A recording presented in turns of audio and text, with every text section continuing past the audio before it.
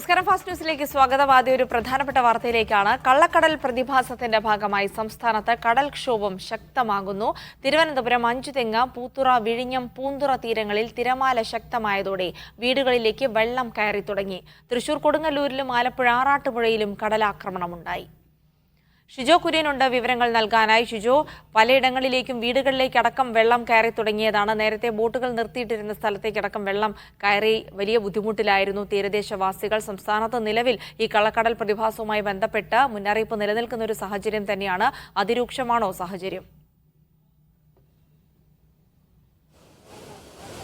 ജിൽസി, രൂക്ഷമായ സാഹചര്യം തന്നെയാണ് കേരളത്തിന്റെ തീരദേശ മേഖലയിൽ നിലനിൽക്കുന്നത് എന്ന് നമുക്ക് ഈ ഒരു ഘട്ടത്തിൽ പറയണം. കാരണം ഇന്നലെ രാത്രി മുതൽ തന്നെ കടൽ കലിതുള്ളി തീരദേശ മേഖലയിൽ കരയിലേക്ക് കയറുകയാണ്. നിരവധി വീടുകളിലേക്ക് ഇതിനോടകം തന്നെ വെള്ളം കയറിയിട്ടുണ്ട്. ഞാനിപ്പോൾ നിൽക്കുന്നത് തിരുവനന്തപുരത്തിന്റെ തീരദേശ മേഖലയായിട്ടുള്ള അഞ്ചുതെങ്ങ് പൂത്തുറയിലാണ്. ഇപ്പോൾ ഈ ദൃശ്യങ്ങളിൽ കാണുന്ന പോലെ 1.5 മീറ്ററിലധികം ഉയരത്തിൽ തിരമാല ഉയർന്നു പൊങ്ങുമെന്നുള്ള മുന്നറിയിപ്പാണ് സമുദ്ര പഠന ഗവേഷണ കേന്ദ്രം നൽകിയിരുന്നത്. എന്നാൽ 1.5 മീറ്ററിനേക്കാളിലും വലിയ ഉയരത്തിലാണ് പലയിടങ്ങളിലും ഈ തിരമാല ഉയർന്നു പൊങ്ങുന്നത്. ഇന്നലെ രാത്രി 7:30 മുതൽ തന്നെ കള്ളക്കടൽ പ്രതിഭാസം കേരളത്തിന്റെ തീരദേശ മേഖലയിൽ കണ്ടു തുടങ്ങിയതാണ്. പക്ഷെ അത് അത്ര കാര്യമായിട്ട് കരയിലേക്ക് വരികയോ വീടുകളിലേക്ക് വെള്ളം കയറുകയോ ചെയ്യുന്ന ഒരു സാഹചര്യം രാത്രി ഉണ്ടായിരുന്നില്ല. പക്ഷെ പിന്നീട് ഒരു 12 മണിയോടുകൂടിയാണ് കടൽ കൂടുതൽ കലുഷിതമായി കരയിലേക്ക് വന്നു തുടങ്ങിയത്. കൂടുതൽ വീടുകളിലേക്ക് കടൽ കരയിലേക്ക് കയറുന്ന സാഹചര്യം രാത്രി കണ്ടതാണ്. ആ കാഴ്ച തന്നെയാണ് ഇന്ന് രാവിലെ ആയപ്പോഴും തുടർന്നു പോന്നിരുന്നത്. ഇപ്പോഴും സാധാരണ ഉച്ച സമയങ്ങളിൽ വേലിയേറ്റത്തിന്റെ ഒരു ചൂട് പയ്യെ കുറയേണ്ടതാണ്. പിന്നീട് ഉച്ചയ്ക്ക് ശേഷം ശക്തിയായിട്ട് വേലിയേറ്റം ഉണ്ടാവുകയും കടൽ കൂടുതലായിട്ട് കരയിലേക്ക് വരികയും ചെയ്യുന്ന സാഹചര്യമാണ് ഇതിനു മുമ്പ് നമ്മൾ കണ്ടിരുന്നത്. പക്ഷേ ഈ കള്ളക്കടൽ പ്രതിഭാസത്തെ തുടർന്ന് വലിയ തോതിലുള്ള കടൽക്ഷോഭമാണ് തിരുവനന്തപുരത്തിന്റെ തീരദേശ മേഖലയിൽ ഉണ്ടായിട്ടുള്ളത്. നേരത്തെ ജിൽസി സൂചിപ്പിച്ചതുപോലെ തിരുവനന്തപുരം മുതൽ ആലപ്പുഴയിലും കൊടുങ്ങല്ലൂരിന്റെ വിവിധയിടങ്ങളിലും ഉണ്ടായിട്ടുള്ളതിനേക്കാൾ കൂടുതൽ രൂക്ഷമായിട്ടുള്ള സാഹചര്യം തിരുവനന്തപുരത്തിന്റെ തീരദേശ മേഖലയിൽ നിലനിൽക്കുകയാണ്.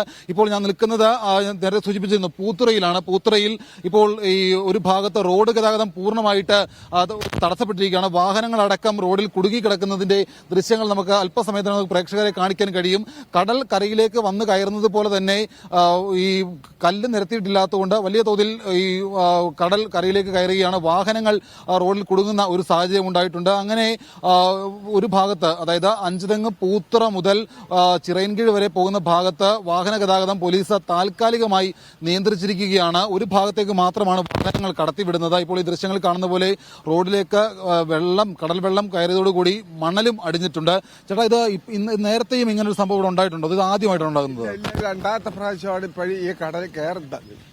ഇത് ജൂൺ ജൂലൈ മാസങ്ങളിൽ ഇത് കയറുന്നുണ്ട്. ഇവിടെ ഇത്രയും ഒരു 500 മീറ്റർ ഭാഗം പറഞ്ഞാൽ ഈ മത്സ്യത്തൊഴിലാളികളുടെയും അത് കുറച്ച് അധികപ്രസംഗം ഇല്ല. പറയേണ്ടത് ഈ ഭാഗം 500 ഭാഗത്ത് സീവാൾ അടിക്കാൻ അവർ സമ്മതിച്ചിട്ടില്ല. ഇതിന്റെ ജന്മികളെന്ന് പറഞ്ഞാൽ ഈ സീവാള് മുട്ടുപടിച്ചവർക്ക് കടലൊക്കെ പുറകെ പോയി. ഈ കല്ലിടാത്തതാണ് ഈ കടൽ കരയിലേക്ക് കയറാനുള്ള കാരണം അല്ലേ? കല്ലിടാത്തതാണ് ഈ കടൽ കയറുന്ന കാരണം. ഈ 500 മീറ്റർ പ്രതിഭാസമാണ്. 20 മീറ്റർ വീതിയേ ഉള്ളു കടലും കായലുമായിട്ട്. തീർച്ചയായിട്ടും ഒരു സമയത്ത് ഇത് കായലും ഒരുമിച്ച് ചേരും.